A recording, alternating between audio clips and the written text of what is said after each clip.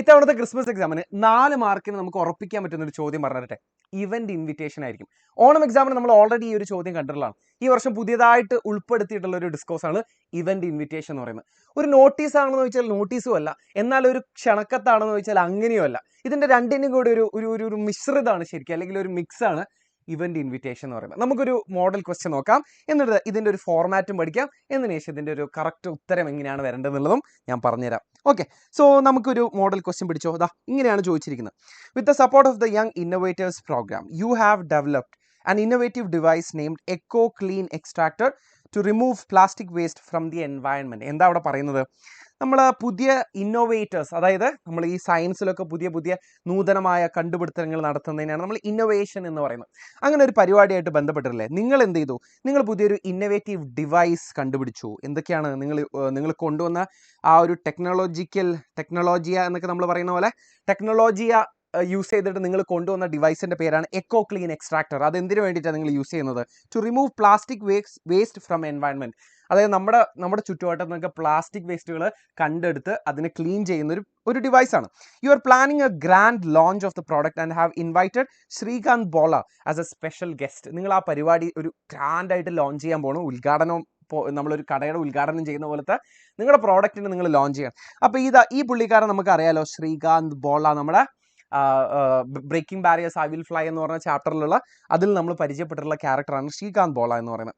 അപ്പോൾ ഈ ഒരു പരിപാടിയിലേക്ക് ക്ഷണിച്ചുകൊണ്ട് നമ്മളൊരു ഇവന്റ് ഇൻവിറ്റേഷൻ തയ്യാറാക്കാനാണ് പറഞ്ഞിരിക്കുന്നത്. Requesting nearby educational institutions to attend the ceremony. അപ്പോൾ ഈ അടുത്തുള്ള വിദ്യാഭ്യാസ സ്ഥാപനങ്ങളെയാണ് നമ്മൾ ക്ഷണിക്കേണ്ടത് കേട്ടോ.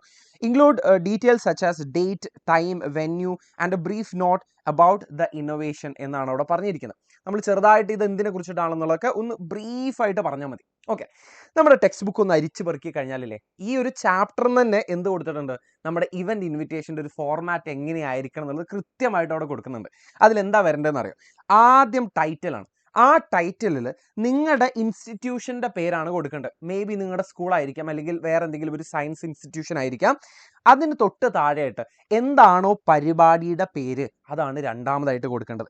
ഇനി നമ്മൾ ഈ ഒരു പരിപാടിയിലേക്ക് ക്ഷണിക്കുന്ന സമയത്ത് പ്രിയപ്പെട്ട സഹോദര അല്ലെങ്കിൽ സഹോദരി എന്നൊക്കെ പറയില്ലേ? അപ്പോൾ ഒന്നുകിൽ ഡിയർ എന്ന് പറഞ്ഞുകൊണ്ട് സ്റ്റാർട്ട് ചെയ്യാം, ഓർ റെസ്പെക്റ്റഡ് എന്ന് പറഞ്ഞുകൊണ്ട് സ്റ്റാർട്ട് ചെയ്യാം. പ്രിയപ്പെട്ടത് അല്ലെങ്കിൽ ബഹുമാനപ്പെട്ട എന്നുള്ള അർത്ഥത്തിൽ. അതിനുശേഷം ഇൻട്രൊഡക്ഷൻ, അതായത് ഒരു 2-3 വരിയേ ഉണ്ടാവുള്ളൂ. ആ ഇൻട്രൊഡക്ഷനിൽ തന്നെ എന്താണ് പരിപാടി, എവിടെ വെച്ചാണ് പരിപാടി എപ്പോഴാണ് പരിപാടി നടത്തുന്നത്, എവിടെ വെച്ചാണ് പരിപാടി നടത്തുന്നത് എന്നുള്ളതും, അതിനുശേഷം അതിൻ്റെ തൊട്ട് താഴെ ഒരു 1, 2, 3 പാരഗ്രാഫ് അല്ല സെൻറ്റൻസുകളുള്ളത് ആരാണ് പരിപാടിയിൽ പങ്കെടുക്കുന്നത്, എന്താണ് പരിപാടിയുടെ പ്രാധാന്യം, എങ്ങനെയാണ് നിങ്ങൾ പരിപാടി നടത്താൻ ഉദ്ദേശിക്കുന്നത്, ഇത്രയും കാര്യങ്ങൾ. ഇപ്പോൾ എല്ലാം കൂടെ ഒരു 8 വരിയൊക്കെ ഉണ്ടാവുള്ളൂ, അല്ലെങ്കിൽ ചിലപ്പോൾ ഒരു 6 വരിയൊക്കെ ഉണ്ടാവുള്ളൂ. വളരെ കുറഞ്ഞ വാക്കുകളാണ്. അല്ലാതെ നമ്മളിപ്പോൾ ഒരു എസ്സേ എഴുതുന്ന പോലെ ഇപ്പോൾ നമുക്കൊരു നോട്ടീസ് കൊടുക്കാൻ പറ്റില്ല. വളരെ ചുരുങ്ങിയ വാക്കുകൾ ഇതൊക്കെ നമ്മൾ എഴുതണം. അതിനുശേഷം നമ്മൾ എല്ലാവരെയും ക്ഷണിക്കുന്നു എന്ന് പറഞ്ഞുകൊണ്ടല്ലേ നമ്മൾ ഇൻവൈറ്റ് ചെയ്യുന്ന ഒരു 2 വരി, 1 വരി കൊടുത്താലും കുഴപ്പമില്ല. ഇനി അവസാനം അതിൻ്റെ തൊട്ട് താഴെ, ഏറ്റവും താഴെ നമ്മൾ സ്ഥലം എഴുതുക. അതായത് റൈറ്റ് സൈഡിലാണ്, നിങ്ങൾ നോക്കിയാൽ മനസ്സിലാവും. ലെഫ്റ്റ് സൈഡിൽ നമ്മൾ എന്ത് എഴുതണം? ലെഫ്റ്റ് സൈഡിൽ നമ്മൾ പ്ലേസും ഡേറ്റും കൊടുക്കണം. അതിനുശേഷം അതിൻ്റെ തൊട്ടപ്പുറത്തെ സൈഡിൽ, നിങ്ങളുടെ ലെഫ്റ്റും റൈറ്റും എന്താണെന്ന് എനിക്ക് മനസ്സിലാവില്ല കേട്ടോ. അപ്പോൾ എന്തായാലും ഒരു സൈഡിൽ ഇത് അങ്ങോട്ടും ഇങ്ങോട്ടും മാറി എന്ന് വെച്ചാൽ വലിയ പ്രശ്നമൊന്നുമില്ല കേട്ടോ. നിങ്ങൾ സിഗ്നേച്ചർ ഈ സൈഡിൽ കൊടുത്താൽ ഒരു പ്രശ്നവുമില്ല. സിഗ്നേച്ചർ കൊടുക്കുക, നിങ്ങളുടെ പേര്, ഡെസിഗ്നേഷൻ. എന്താ ഡെസിഗ്നേഷൻ? ചിലപ്പോൾ നിങ്ങൾ ആ ഒരു ക്ലബിൻ്റെ, ഇപ്പോൾ സോഷ്യൽ ക്ലബ്ബോ ഇംഗ്ലീഷ് ക്ലബ്ബോ ലിറ്ററേച്ചർ ക്ലബ്ബോ, അതിൻ്റെ ആരാണ്? സെക്രട്ടറി ആണോ, പ്രസിഡന്റ് ആണോ, അല്ലെങ്കിൽ നിങ്ങൾ പ്രിൻസിപ്പൾ ആണോ ആ സ്കൂളിൻ്റെ? ആരാണോ നിങ്ങൾ, ആ ഒരു ഡെസിഗ്നേഷൻ കൊടുക്കുക, നിങ്ങളുടെ പേര് കൊടുക്കുക, ഒരു സൈൻ ചെയ്യുക. ഇത്രയേ ഉള്ളൂ നമ്മുടെ ഇവന്റ് ഇൻവിറ്റേഷൻ്റെ ഒരു ഫോർമാറ്റ് എന്ന് പറയുന്നത്. സോ നമ്മളോട് ഇപ്പോൾ ചോദിച്ചിരിക്കുന്ന ഒരു ക്വസ്റ്റ്യൻ, അതിന് എങ്ങനെയാണ് ആൻസർ ആക്കേണ്ടത് എന്നുള്ളതാണ് ഞാൻ കാണിച്ചു തരുന്നത്. ഒന്നാമതായിട്ട് നമ്മുടെ സ്കൂളിൻ്റെ പേര് എഴുതിയാണ്. Government model higher secondary school, കൊച്ചിയിലുള്ള ഏതെങ്കിലും അങ്ങനെ സ്കൂൾ ഉണ്ടോ എന്ന് എനിക്കറിയില്ല. അതിനുശേഷം പരിപാടിയുടെ പേരാണ് ഇവിടെ കൊടുത്തിരിക്കുന്നത്. Launch of eco clean extractor. ആ പരിപാടിയുടെ പേര് ഞാൻ അവിടെ കൊടുത്തു. ഇനി ഞാൻ അവിടെ ആളുകളെ ക്ഷണിച്ചുകൊണ്ട് അല്ലെങ്കിൽ അവരെ സല്യൂട്ട് ചെയ്തുകൊണ്ടാണ് പറയുന്നത്. Respected ma'am or sir, ma'am എന്നൊക്കെ കൊടുക്കുന്നു. We are delighted to invite you invite you and your students to the grand launch of a new device, the Echo Clean Extractor, developed with the support of the Young Innovators Program.